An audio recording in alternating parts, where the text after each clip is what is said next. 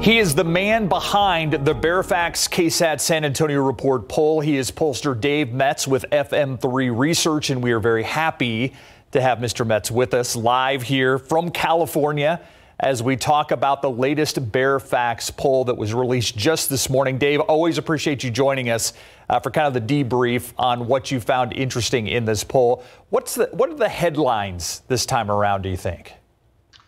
Well, I think there's a couple of things that stand out from the poll, Steve. The first is that local residents are still pretty happy with the way things are going in the community. We've got solid pluralities that see both the county and city is headed in the right direction, and large numbers that continue to approve of the performance of local elected officials like the mayor and Judge Wolf.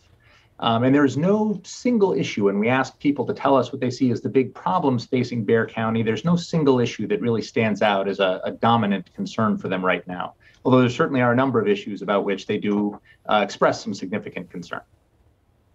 In every poll, you guys ask about what are things top of mind when it comes to issues they would like to see addressed by the city and the county. This poll really seemed to dive deeper into the issue of homelessness, asking questions about what the people surveyed think are the causes of it, solutions. What was found there? Yeah. Well, we see about 3 in 5 local voters tell us that they see homelessness as an extremely or very serious problem in Bexar County. And that level of concern is high and has been pretty stable over the course of the last couple of years. In this poll, we asked people to indicate what they see as the major causes of homelessness in Bexar County. And there was a broad consensus that mental health challenges and substance abuse issues are the major factors that are involved. But we also saw that, particularly among Democratic voters locally, they recognized unemployment, medical crises, and the high cost of living as significant contributors. In contrast, we saw some Republicans a little more likely than others to say that personal choice was a factor to people living without housing. So there was broad recognition, though, across all parties that it's not an easy problem to solve. There are a lot of factors that cause it, and no single silver bullet solution that's available.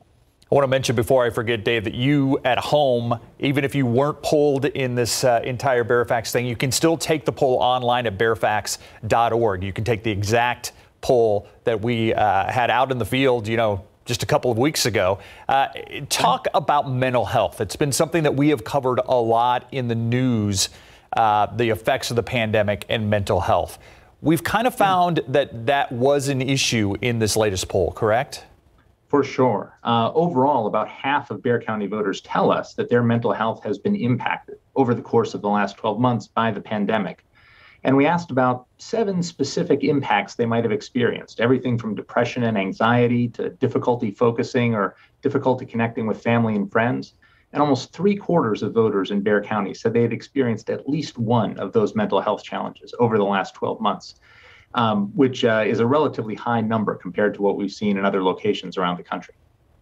Let's talk about some approval ratings that this poll looked at, particularly Governor Gov Abbott. We know a lot of focus has been on what's been coming out of his office over the last several months in terms of, not allowing mask mandates to be put in place, lawsuits, countersuits. So what did this poll find in terms of how people are approving of the job he's doing right now? Well, it showed that there's a lot of skepticism toward the governor in Bexar County. The first time we polled the governor's approval ratings was last April, right after the pandemic had started. And at that point, 70% of voters said they approved of the job he was doing right after the pandemic started. But with each successive poll, his approval rating has slipped a bit in the county, and it's hit a new low now with only 38% approving of his performance. I think a lot of the factors that lead to that are disagreements on issues of policy.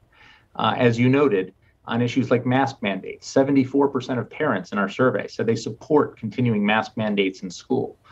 And we also saw strong opposition among Bexar County voters to policies like allowing open or concealed carry without a license or training, and also to SB 8, where opposition was both broad and intense among Bexar County voters. And that's like, a lot of people will hear the approval ratings of the governor and say, well, Bexar County is a blue county, so of course they're not going to approve. But like you pointed out, April of 2020, his approval rating in the same poll was 70% plus. That's right. I mean, there was sort of a moment, I think, where local voters were willing to view issues through a somewhat more bipartisan lens.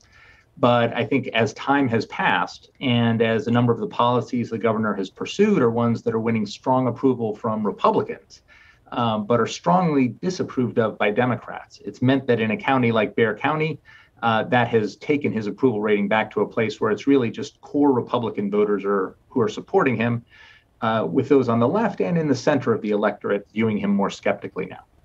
Outside of politics, the poll also looked at CPS Energy, the approval rating for the job that they are doing, as well as whether we are prepared in terms of infrastructure to handle the next storm that comes our way. So what did this poll find in terms of how people are viewing the utility? Well, this poll showed that just under half of Bexar County voters, 44%, approve of the performance of CPS Energy. And that's about the same number that we saw in our March poll in the immediate wake of the winter storm. Those numbers that we've seen in this year's polling are significantly lower than the approval ratings for CPS Energy last year, when they were significantly higher, about 2/3 of voters expressing approval. So it suggests that the winter storm has created some lasting impact on perceptions of CPS Energy, and it's probably going to take a little while for their communication with their customers to lead to a situation where it rebuilds some of those positive sentiments that the utility experienced before.